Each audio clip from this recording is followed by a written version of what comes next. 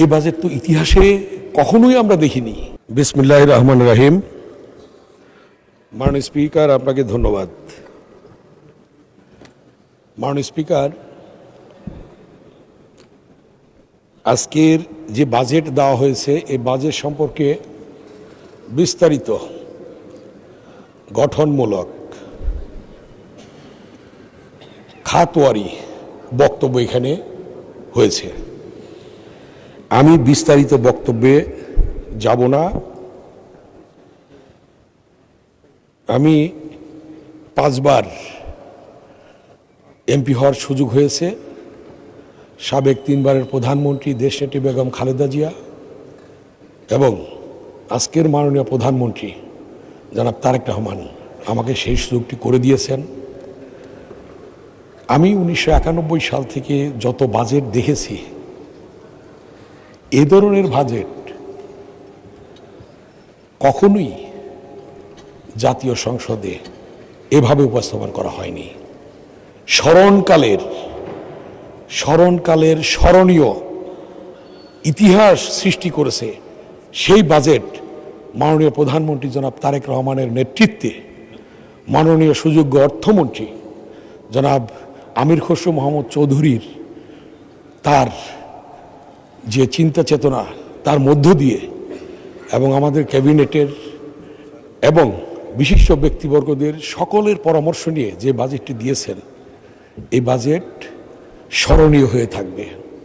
মাননীয় স্পিকার, আমি দেখেছি এই বাজেটে গরিবের জন্যে যা কিছু করা প্রয়োজন মাননীয় প্রধানমন্ত্রী জনাব তারেক রহমান, মাননীয় অর্থমন্ত্রী সেটা করেছেন। চাল, ডাল, আটা, তেল, লবণ, সাবান, মশলা, গরু, ছাগল, হাঁস, মুরগি, মানে বলতে গেলে আর শেষ করা যাবে না। মূল্য কমিয়েছেন, কোনো কর নেই।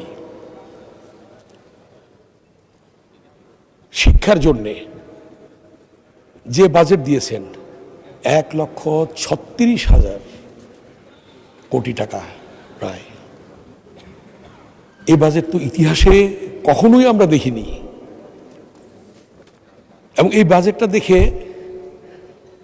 বিশেষ করে মাননীয় প্রধানমন্ত্রী যে কর্মসূচি গ্রহণ করেছেন যে প্রাইমারি শিক্ষায় তো বাধ্যতামূলক, সেখানে সেই ছাত্রছাত্রীদের জন্য মাননীয় প্রধানমন্ত্রী যে চিন্তা চেতনার বহিঃপ্রকাশ ঘটিয়েছেন, একটা ছাত্রীর জন্য একটা ব্যাগ, একটা শু, জামা কাপড় এবং মধ্যাহ্নভোজ, এইটা দেখে আমার মনে পড়লো মাননীয় প্রধানমন্ত্রী যে দীর্ঘ 18 বছর নির্বাসনে ছিলেন, লন্ডনে যে জিনিসটি প্রাইমারি শিক্ষার মধ্যে রয়েছে। কারণ আমার একটু সুযোগ হয়েছিল একটি প্রাইমারি স্কুলে যাওয়ার, ভিজিট করার লন্ডনে। সেখানে আমি দেখেছি এই ধরনের জামা কাপড়, শু, ব্যাগ, মধ্যাহ্নভোজ সেই স্কুলের রয়েছে। এই বাজেট দেখে আমার মনে পড়েছে যে মাননীয় প্রধানমন্ত্রী সেই লন্ডনের ধারায় এই 18 বছর যে তিনি থাকলেন, তার যে চিন্তা চেতনা, সেই চিন্তা চেতনার বহিঃপ্রকাশ ঘটল বাংলাদেশের আজকের এই বাজেটে। আমরা এটা প্রমাণ পেলাম। মাননীয় স্পিকার, গরিব দুঃখীদের জন্যে যেভাবে তিনি এই বাজেটে লক্ষ্য রেখেছেন, মাননীয় অর্থমন্ত্রী লক্ষ্য রেখেছেন, এটা স্মরণীয়।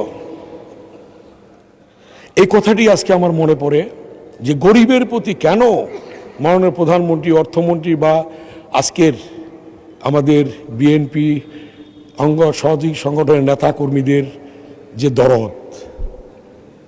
আমি একটি ঘটনা বলি। জেলখানায়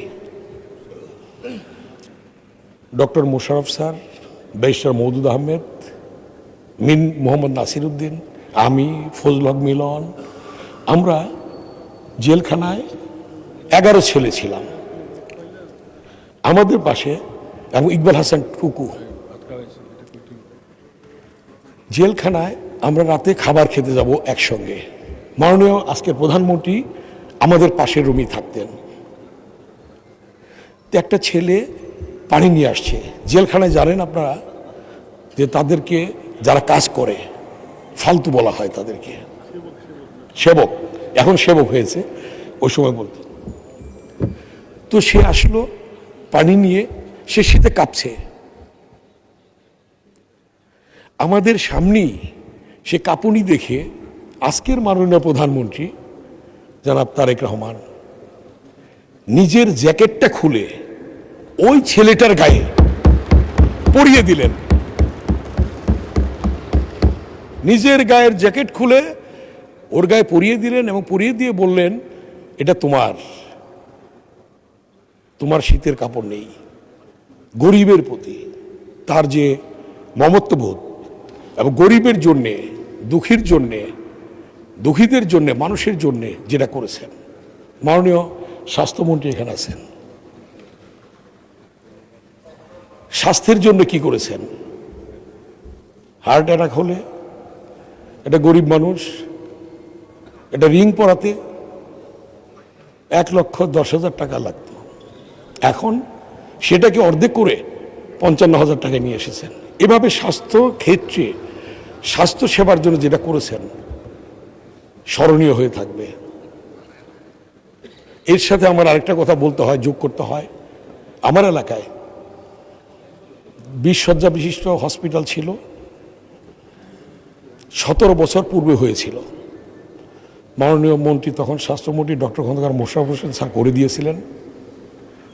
সেই হসপিটালটি 17 বছরে যে 20টি বেড ছিল, 20টি বেডই নিয়ে গেছে, ডাক্তার নেই। 20 বছর, এই 17 বছরে কোনো একটা ডাক্তার সেখানে আসে নাই এবং বেডগুলা নিয়ে গিয়েছে। তা আমি এবার স্বাস্থ্যমন্ত্রী মহোদয়কে বললাম যে এই অবস্থা, দুই পর্যায়ক্রমে ব্যবস্থা করছেন, দেখেন অবস্থাটা,